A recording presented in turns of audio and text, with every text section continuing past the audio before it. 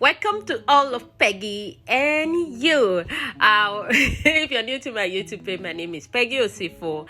And for those that have been here with me, I love you guys. For my new subscriber and those that are yet to subscribe, please subscribe, like, share, and drop a comment. So today I'll be showing you guys how I made this delicious looking jollof rice.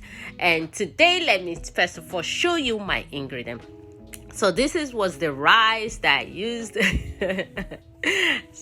And I have my seasoning cubes. Oh, my paste. So this paste includes here was my tomatoes, Scotch Bonnet, onions, garlic, and ginger. I'll be showing you guys how I actually made this paste, and you can use it and keep it, store it over the years. And that was my seasoning cube, my spring onions, and my carrot. I usually add my carrot to my jollof rice. I have my onions that I already sliced into rings, and I have my butter, my salt to taste, very important, and my adobo, which was here. So I didn't add the other seasoning that I had there. So let's go ahead and wash our rice and it's ready, and we are back. The rice is properly washed and it's ready to go. So I put it over to my pan. I usually use this pan since I knew how to bake my rice. It doesn't take time.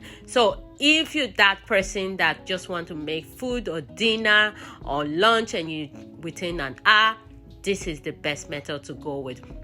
So I added my tomatoes paste that's ready. I added more to it, mixed it together, and it was properly mixed. I added my salt to it. Please make sure you have control over your salt because you don't want your food to be all salty. And I added my seasoning to it. So that was added there, and I mixed it properly together. And when that was done, I went ahead and added water to it. We need water to have our food cooked. So that was my cup of water ready by the side, and I added it to it. Mix it properly together again. Put it all together. I had fun making this video though. And just to let you guys know, this is party jollof rice. This tasted like purely party jollof rice. My oven was already preheated, so once it was mixed, I covered it with my foil paper, and it was ready to go inside the oven. And that was me getting it ready. And I had to wear my gloves because I don't want to get burnt, because my oven was already hot. So I left it there. 20 minutes later, I was back to check my food. Guys. And let's bring it out. The aroma, when I opened it, it was already given. I love food though. So this was it.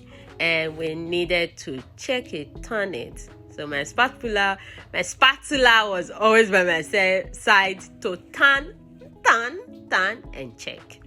So I have turned it. I had to check it, the texture, to see, is it okay? Does it need more water? I discovered it needed a little bit of water to get cooked properly. So I added that water to it, and I went ahead, added more water. Needed more water. That was after checking. Needed more water, and I covered it, turned cover, and put it back into the oven for another, I think it was about another 15 minutes or so. I think so. So let's go ahead and cover it. It was covered. It was time to go back into the oven. So let's go.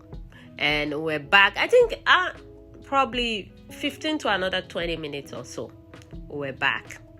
And guess what? The food was ready. It was almost ready. And this was the beautiful looking, delicious party jollof rice. Try it out, guys. When you try it, please let me know. So it was time to add the butter to it, to the rice.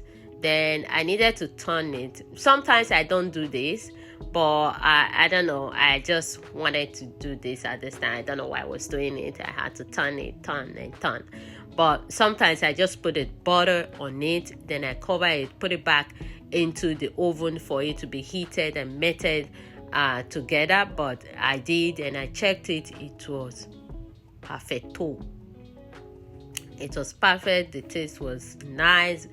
But the butter I used was non-salt. There was no salt in the butter, but you need to have control over your salt when you're cooking like this, especially when you have, because our seasoning usually come with salt, sea salt, so you need to be careful. I added my carrots there, and I covered it. I think this time I didn't cover it anymore because I needed the heat. I needed more heat to go into the food because of that butter and the carrot also.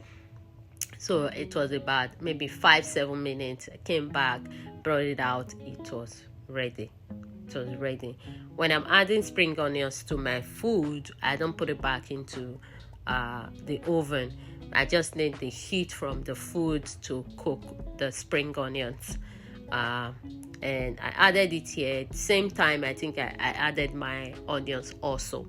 So the onions was added, and I mixed everything together. For some reason, I did not show the last part of this food. After adding the spring onions and my onions ring, I covered it with foil paper, but I didn't put it back into the oven. I just covered it, and that was it. I just needed that heat to get into it, to kind of like put that aroma from the spring onions and the onions into the food properly. So let me know if you try it. See you guys on my next video. Love you.